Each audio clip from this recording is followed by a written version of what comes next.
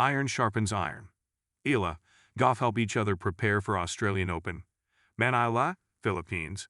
Former teammates Alex Eala and Coco Gauff shared the court once again to rev up for their Australian Open campaign as potential rivals down the stretch. The Filipina sensation and American ace practiced together Friday at the center court of the Rod Laver Arena in Melbourne Park, according to the video shared by Eala's father, Michael.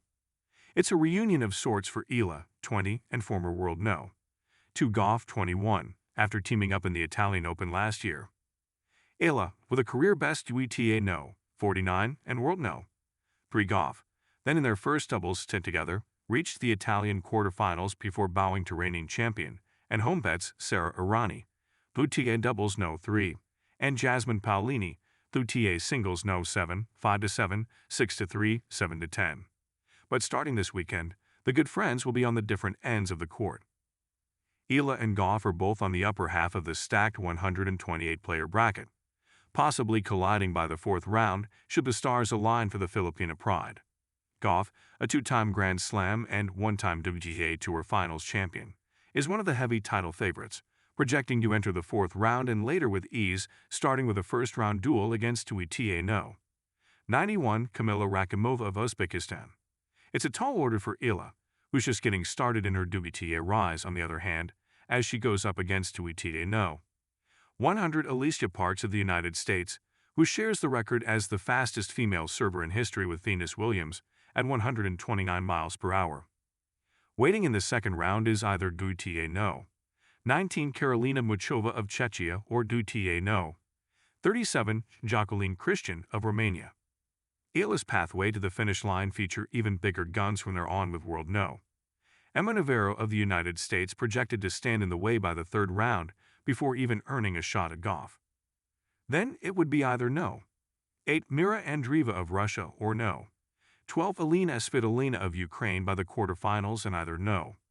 1 Arina Sabalenka of Belarus or No. 7 Paolini by the final four.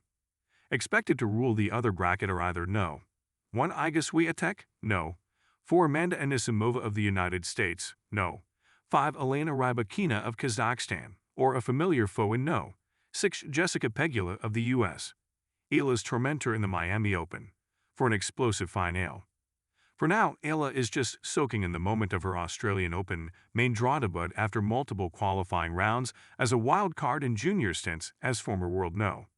2 marked by a junior doubles crown in 2020, with Indonesian pal Priska Madeline Nugroho in 2020. And she's sharing it with 3 more Southeast Asian players for the first time in history. "See represent," said Eala, who will be joined by Indonesia's Janice Chen, No. 56, along with the Thai pair of Lanlana Terarudi, No. 131, and Maninchaya Solanku, No. 195, in the main tournament. A graduate of the Rafael Nadal Academy in Spain, Eala had a good build-up for Australian Open with a Final Four finish as the No. 4 seed in the ASB Classic in Auckland, New Zealand, and a mastery of Paris Olympics and 2024 Wimbledon semi-finalist Donna Vetic of Croatia in the Kuon Classic in Melbourne.